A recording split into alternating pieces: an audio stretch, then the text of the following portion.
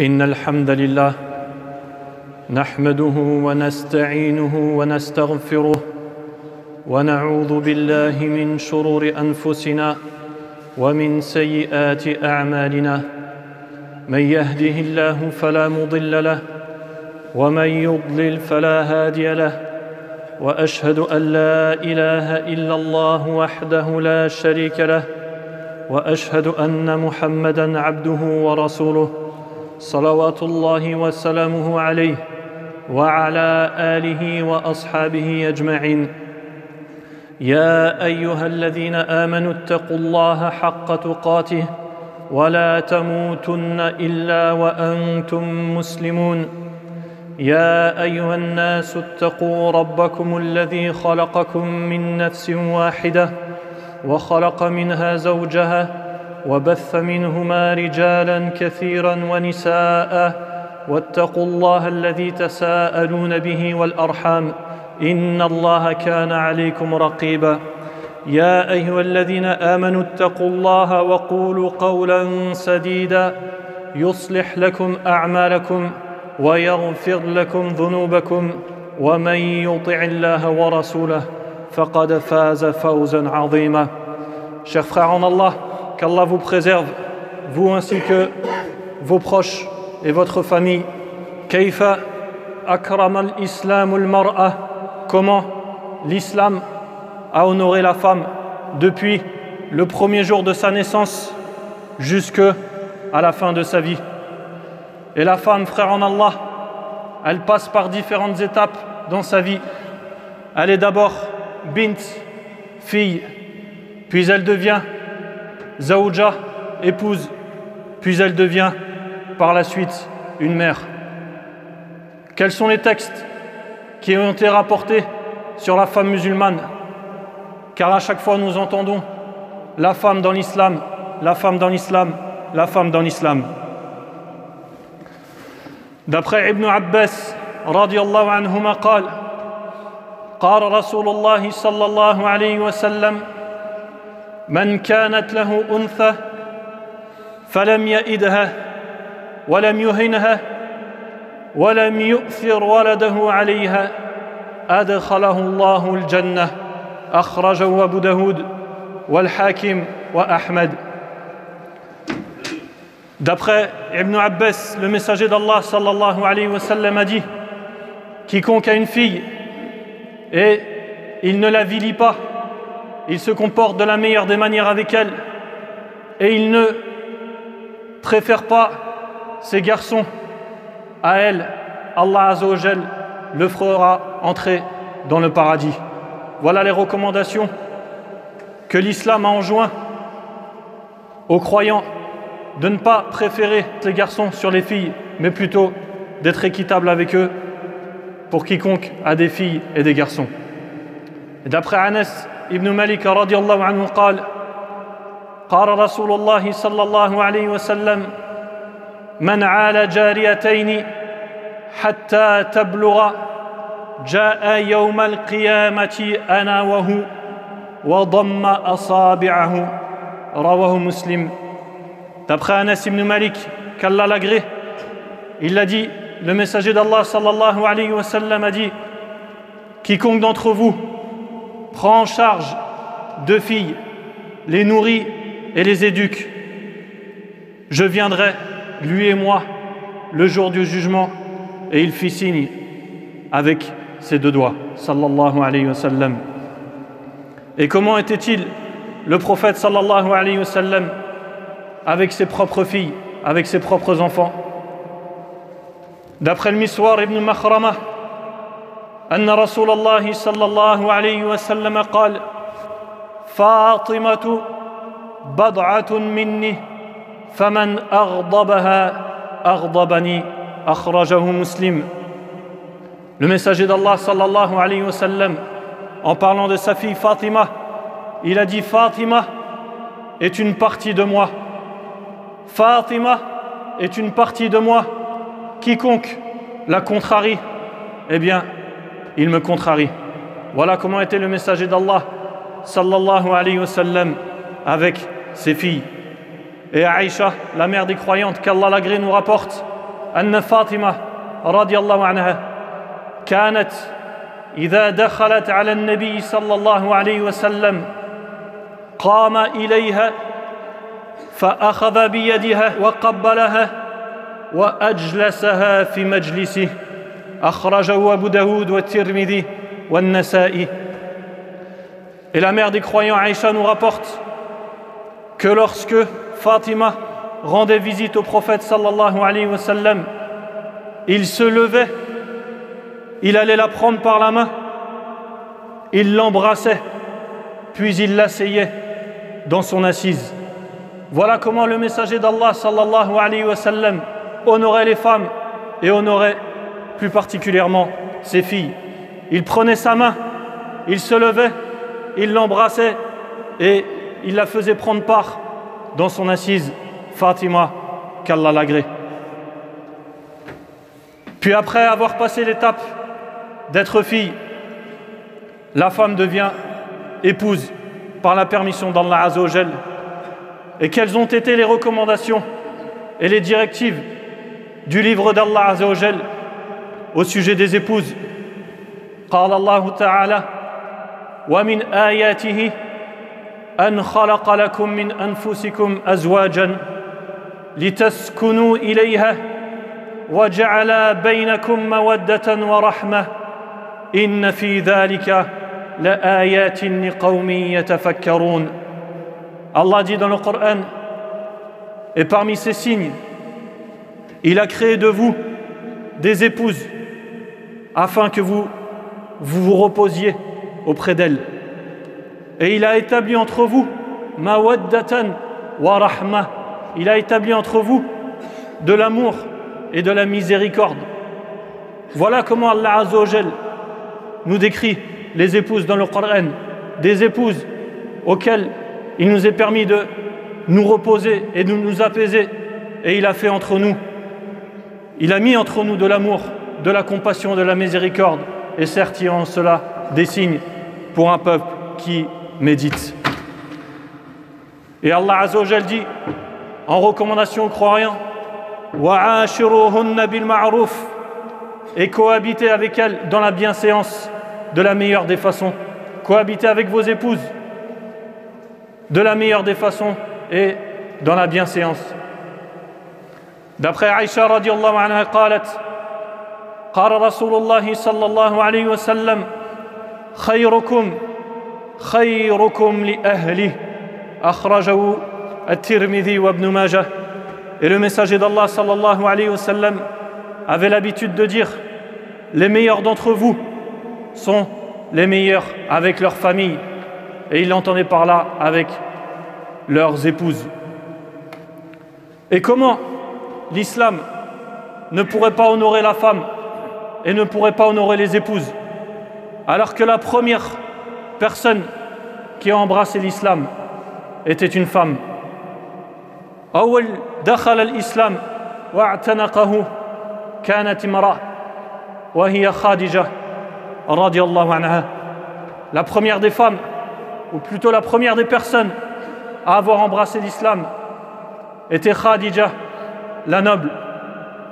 Et écoutez comment le messager d'Allah sallallahu alayhi wa sallam honorait ses épouses. Dans un récit que nous rapporte Aïcha, qu'Allah l'agrée, la mère des croyantes, قالت ما غرت على أحد من نساء النبي صلى الله عليه وسلم ما غرت على خديجة وما رأيتها ولكن كان النبي صلى الله عليه وسلم يكثر ذكرها وربما ذبح الشاه ثم يقطعها أعضاءه ثم يبعثها إلى صدائق خديجة فربما قلت له كأنه لم يكن في الدنيا امرأة إلا خديجة وكان يقول إنها كانت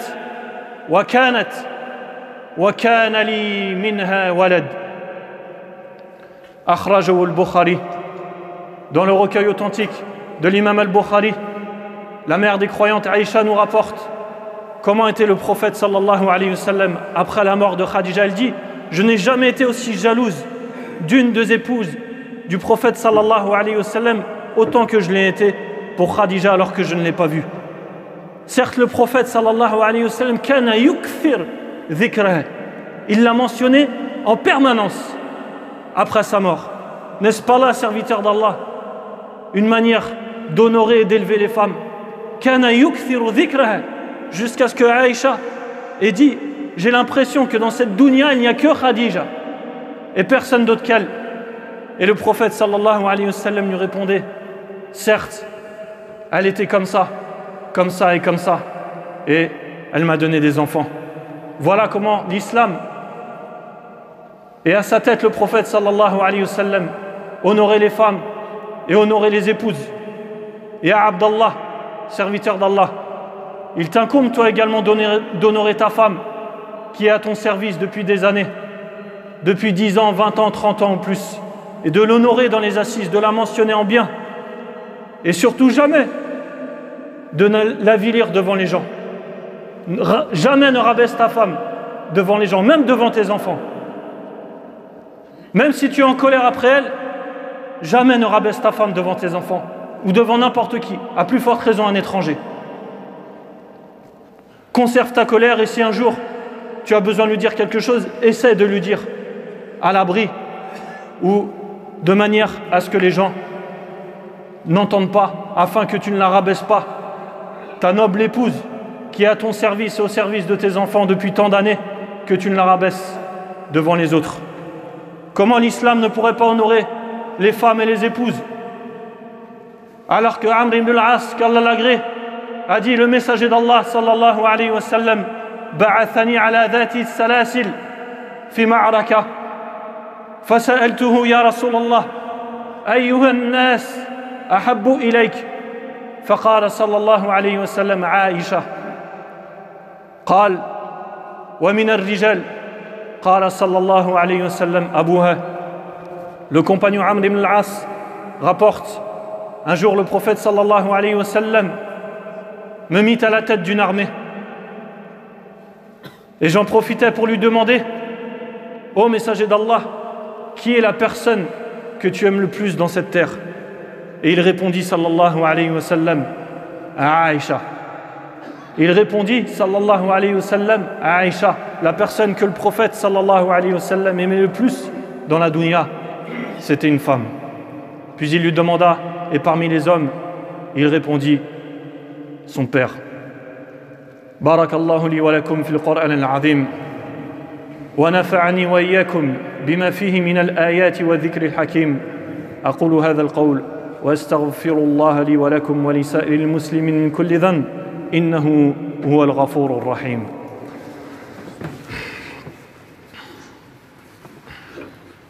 الحمد لله على إحسانه والشكر له على توفيقه وامتنانه وأشهد أن لا إله إلا الله وحده لا شريك له وأشهد أن محمدا عبده ورسوله.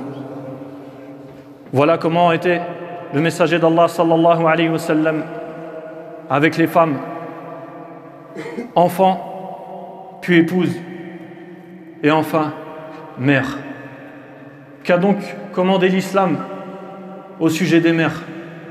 قال الله عز وجل ووصينا الإنسان بوالديه حملته أمه وهنا على وهن وفصاله في عامين أن اشكر لي ولوالديك إلي المصير. Nous avons commandé à l'homme d'être bienveillant envers ses parents. Allah dit dans le Coran: nous avons commandé à l'homme d'agir en bien et d'être bienveillant avec ses parents, son père et sa mère. Sa mère l'a porté, subissant pour lui peine sur peine. Sa mère l'a porté, subissant pour lui peine sur peine. Comment ne pourrions-nous pas honorer les mères après cela? Son sevrage a lieu en 2 ans. Et Allah dit: remercie et sois reconnaissant envers moi, ainsi qu'envers tes parents. Vers moi est la destination. Voilà les recommandations coraniques au sujet des parents et de la mère. Et Allah Ta'ala dit: فَلَا تَقُلْ لَهُمَا أُفٍّ Et si quelque chose te déplaît, ne leur dis pas « Ouf, j'en ai marre » ou des paroles semblables. Une parole si petite qui peut sembler si anodine, Allah Azza wa Jal, en honorant les parents et en honorant la mère, l'a interdit à ses serviteurs. Et d'après Muawiyah ibn Jahimah, أن جاهمته جاء إلى النبي صلى الله عليه وسلم فقال يا رسول الله أردت أن أغزو وقد جئت أستشيرك فقال صلى الله عليه وسلم هل لك من قال نعم قال فالزمها فإن الجنة تحت رجليها أخرجه النسائي وابن ماجه. Jahimah est allé voir le prophète sallallahu alayhi wa sallam un jour et lui a dit « Ô messager d'Allah, j'ai envie de partir au djihad et je suis venu prendre conseil auprès de toi. » Le messager d'Allah sallallahu alayhi wa sallam lui a dit « Ta mère est-elle encore en vie ?» Il a dit « Oui ». Il lui a dit alors sallallahu alayhi wa sallam « Reste avec elle, car certes, le paradis est à ses pieds. Reste avec ta mère, ya Jahimah, car le paradis est à ses pieds. » Voilà la recommandation du messager d'Allah sallallahu alayhi wa sallam envers les femmes et envers la mère. Et comment était-il le messager d'Allah sallallahu alayhi wa sallam avec sa mère qu'il a perdue à l'âge de 6 ans? 50 ans plus tard, il avait encore pour souhait d'être bienveillant envers elle.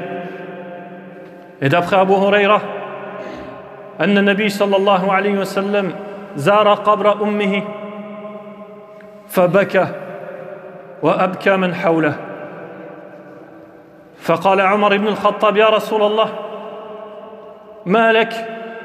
فقال النبي صلى الله عليه وسلم استأذنت ربي في أن أستغفر لها فلم يؤذن لي فدمعت عيناي رحمة لها فدمعت عيناي رحمة لها ثم استأذنته في أن أزور قبرها فأذن لي أخرجه مسلم.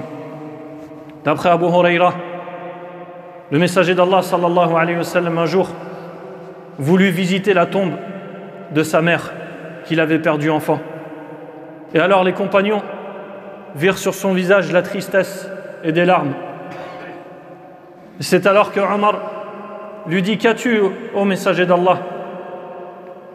Et le prophète sallallahu alayhi wa sallam de lui répondre « J'ai demandé l'autorisation à mon Seigneur de demander pardon pour ma mère, et ceci ne m'a pas été accordé. C'est alors que j'ai pleuré par miséricorde pour elle.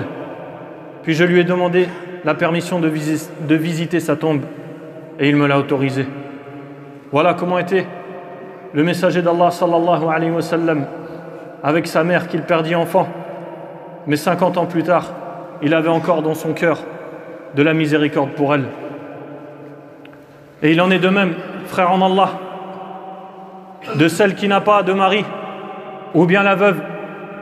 Le messager d'Allah sallallahu alayhi wa sallam a dit « As-sa'i fil armala kal mujahidi fi sabilillah al-qa'imi al-layla as-sa'imi an-nahar » Certes, celui qui est au service de la femme qui n'a pas de mari et qui est dans le besoin, celui qui se met à son service est considéré comme celui qui est dans le sentier d'Allah, qui prie la nuit et qui jeûne le jour. Voilà comment était le messager d'Allah sallallahu alayhi wa sallam et quelles étaient ses recommandations envers les filles, envers les épouses, envers les mères et envers les femmes de manière générale. Wa innama an-nisa'u shaqa'iqur rijal. Et certes, les femmes, comme l'a dit le prophète sallallahu alayhi wa sallam, ne sont rien d'autre que les sœurs germaines des hommes. Quiconque, après lecture de ces textes, pourra dire que l'islam n'a pas pour but d'honorer les femmes. هذا وصلوا وسلموا رعاكم الله على محمد بن عبد الله كما أمركم الله في كتابه فقال: إن الله وملائكته يصلون على النبي يا أيها الذين آمنوا صلوا عليه وسلموا تسليما. اللهم صل على محمد وعلى آل محمد كما صليت على إبراهيم وعلى آل إبراهيم إنك حميد مجيد، وبارك على محمد وعلى آل محمد كما باركت على إبراهيم وعلى آل إبراهيم إنك حميد مجيد. وارض اللهم عن الخلفاء الراشدين أبي بكر وعمر وعثمان وعلي وعن سائر الصحابة والتابعين ومن اتبعهم بإحسان إلى يوم الدين.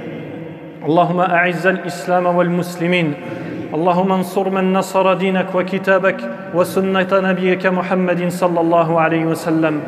اللهم انصر إخواننا المسلمين المستضعفين في كل مكان.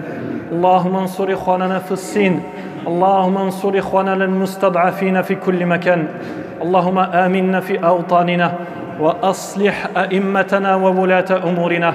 اللهم آت نفوسنا تقواها وزكها أنت خير من زكاها، أنت وليها ومولاها.